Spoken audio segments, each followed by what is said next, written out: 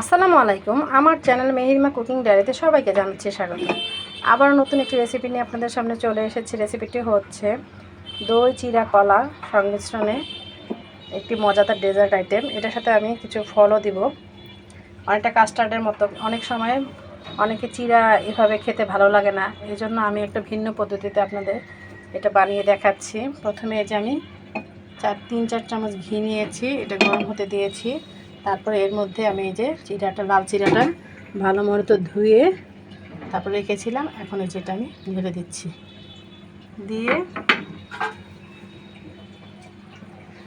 এই যে আমি 1 মিনিটের মধ্যে একটু চুলাতে একটু ভেজে নিব, তারপরে দেখাচ্ছি এর সাথে কী কী মিক্সড করব। এই যে চিরাগুলো ভাজার পরে আমি 2টা বাটিতে এভাবে ঢেলে নিয়েছি। আর এর মধ্যে আমি কি কি দিব তা আপনাদের বলছি। এখানে আমি কালো আঙ্গুর দিব, কলা এভাবে কেটে রেখেছি, খেজুর, ডালিম, আর হচ্ছে চেরি, দই, মধু, চিয়া সিড, ঠান্ডা দুধ। এখন আমি এই যে উপকরণগুলো একে একে সবগুলো দিয়ে দিব। এই যে কলা 2টার মধ্যে দিয়ে দিব,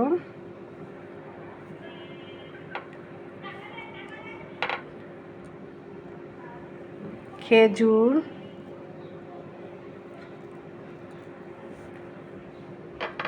আঙ্গুর, কালো আঙ্গুর,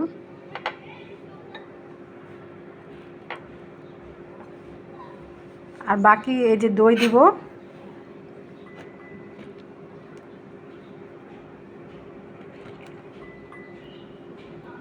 আর হচ্ছে চিয়া সিড দিব, এই যে চিয়া সিড রেখেছি, চিয়া সিডটা দিব। চিয়া সিড দেওয়ার পরে আমি দুধ দিয়ে দিব, ঠান্ডা দুধ এই যে। আর অবশেষে আমি চিনি কোনো অ্যাড করব না, এর সাথে আমি এই যে মধু দিয়ে দিব 1 চামচ।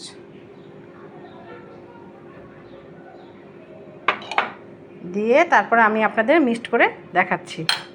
আর ডালিমও দিয়ে দিচ্ছি।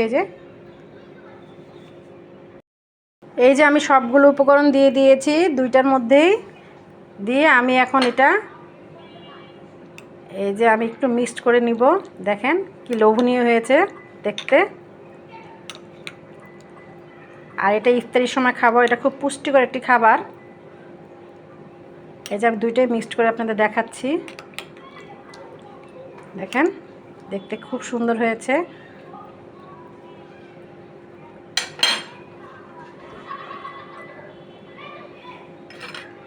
আমি আবার কিছু আনাটা ছিটিয়ে দিব।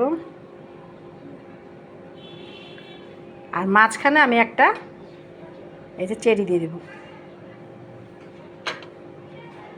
তাহলে দেখতে সুন্দর লাগবে।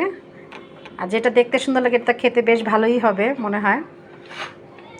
তৈরি করে ফেললাম চিরা কলা দই সংমিশ্রণে একটি মজাদার ডেজার্ট আইটেম। আমার এই ডেজার্ট আইটেমটি কেমন লেগেছে আপনাদের অবশ্যই কমেন্টস করে জানাবেন। আমি এটা খুব অল্প সময়ে তৈরি করে আপনাদের দেখিয়েছি।